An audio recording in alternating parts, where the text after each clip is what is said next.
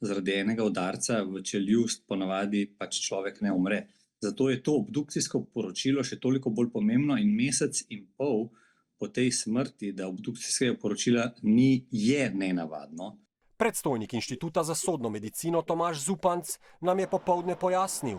V konkretnem primeru gre za analizo, ki terja svoj čas. Da se določene stvari morda pokažejo, tudi na primer sama poškodba na telesu, ali pa morda tudi nek naraven vzrok smrti, kot je na primer srčni infarkt.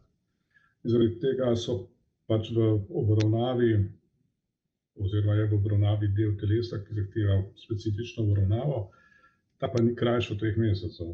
Tako da poročilo gotovo ni pričakovati pred 3 meseci. Zupanc nam je povedal še, da so preiskovalnim organom sicer posredovali vse doslej pridobljene in potrjene informacije o poškodbah pokojnika.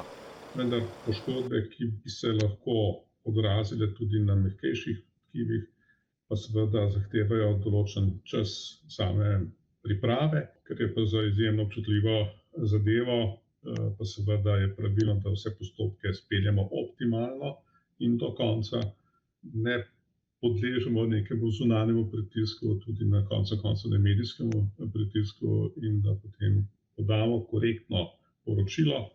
Sicer pa v razreševanju tega primera je bilo narejenih mnogo nenavadnih potez in tudi napak. Zato odvetnika Blaža Kovačiča Mlinarja včerajšnja izpustitev osumljenca ne preseneča. Razočaranje je najbrž toliko večje, ker se okoli tega primera spletlo toliko čustev, navsezadnje tudi nov zakon je bil sprejet zgolj na podlagi tega primera in verjamem, da je zdaj pa marsikdo bo mogel veliko razlagati.